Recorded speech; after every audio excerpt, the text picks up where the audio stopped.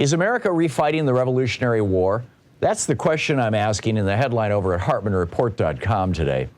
And it seems that every 80 years, we have to once again prove that, yes, we believe in democracy. Now, think about this for a minute. You know, in 1776, we went to war with Great Britain to say, yes, we believe in democracy. We knew that it had been 2,000 years since the failed Roman experiment of democracy. We knew that it had been 3,000 years since the failed Greek experiment with democracy. But the founders and framers of the Constitution, the founders of this country, looking at some of the democratic institutions around them, like the Iroquois Confederacy, and running on the philosophies espoused by Enlightenment-era thinkers like John Locke and arguably Thomas Hobbes, certainly Jean-Jacques Rousseau and Thomas Jefferson. These folks were thinking, no, democracy actually can be a thing and it can work.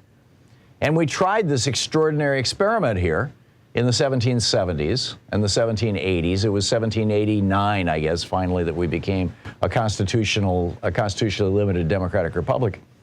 And then 80 years after that, the oligarchs rose up in the South, in large part as a result of the invention of the cotton gin, oddly enough, that it allowed the very, very large plantations to run the small plantations out of business and buy up their land for a song. And so the South became an oligarchy, a police state, by the 1850s, and in 1860 they declared war on the rest of us and said, we don't want any democracy in North America. We want all parts of the country to look like the South. And so, we had the Civil War. Well, the small d democratic forces won the Civil War, but 80 years later, we had Franklin Roosevelt in the White House after the Republican Great Depression. And the anti-democratic forces said, let's try to take down Roosevelt. And they tried to hire Smedley Butler to kill or kidnap Franklin Roosevelt, the president, in 1933 or 34. And FDR, of course, busted, well, actually, Smedley Butler himself busted the plot, outed the ring. But that ended that challenge to democracy. And of course, we also had to face the challenge to democracy in Germany and Japan, where these two formerly democratic countries had just become full-on fascist. And then 80 years after the Great Depression and World War II, here we are again. Once again, excuse me, it seems every 80 years, the United States has to prove to itself and to the world, and we have to say to our citizens, no, we actually do believe in democracy.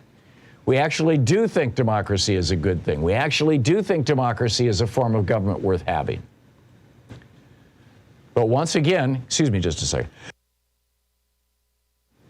But once again, we are faced with people within the United States, whether it's right-wing billionaires or whether it's the politicians they own or whether it's the right-wing militias. We are faced again with people in the United States who say, no, we're not a democracy, we're a republic. Democracy is mob rule. You don't want democracy. It doesn't matter what the majority of people vote for. We simply should have government that runs the way that conservatives say it should run, period. And, they're changing the laws in state after state to say it doesn't matter who who the citizens of Arizona vote for president. Our Secretary of State and our legislature will decide. And this is going on in state after state after state. Here we are. So every 80 years, we have to stand up and once again say, no, we want democracy. And we're doing it again right now.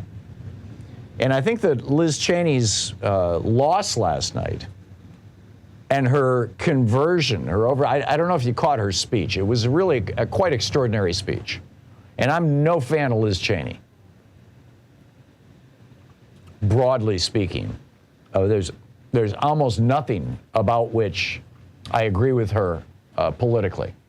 Excuse me, just ate some blueberries there. they're attacking me. There is almost nothing about which I agree with Liz Cheney, except that America should continue to be a democracy. And if that means that my side loses, as we did in 2016, so be it. If that means that my side wins, then Republicans should be in a position to say, well, so be it, as Liz Cheney is trying to do around 2020. But you've got Republicans all across the country saying, no, we don't believe in democracy. We're not going to go along with democracy. And they're echoing this old canard from the John Birch Society from the 1950s that, well, America isn't a democracy, it's a republic. Well, first of all, the word republic and the word democracy were functionally interchangeable in the early days of our republic.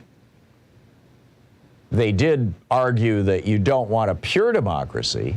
You don't want what Greece had, where, thousands of people had to show it. It was 6,001 people had to show up to make a decision in Greece, in ancient Athens. And, you don't want that. We have a representative democracy.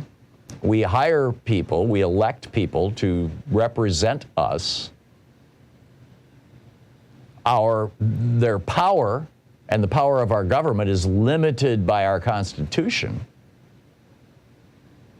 So we have a constitutionally limited representative, we hire representatives, democratic, in other words, majority rules, we choose our representatives by majority vote, democratic, constitutionally limited, representative, democratic republic, a nation that has a constitution and is run by the rule of law rather than by, some strongman.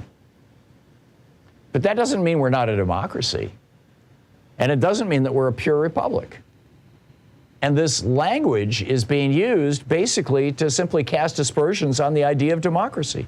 We have to acknowledge, we have to recognize, as I point out in my op-ed this morning, that there are forces in the United States who don't believe in democracy. It's that simple. They don't believe that the will of the people should be what is carried out. So how is this going to play out? How does this end? Excuse me. We will find out, right? We will find out, I think, within a few months.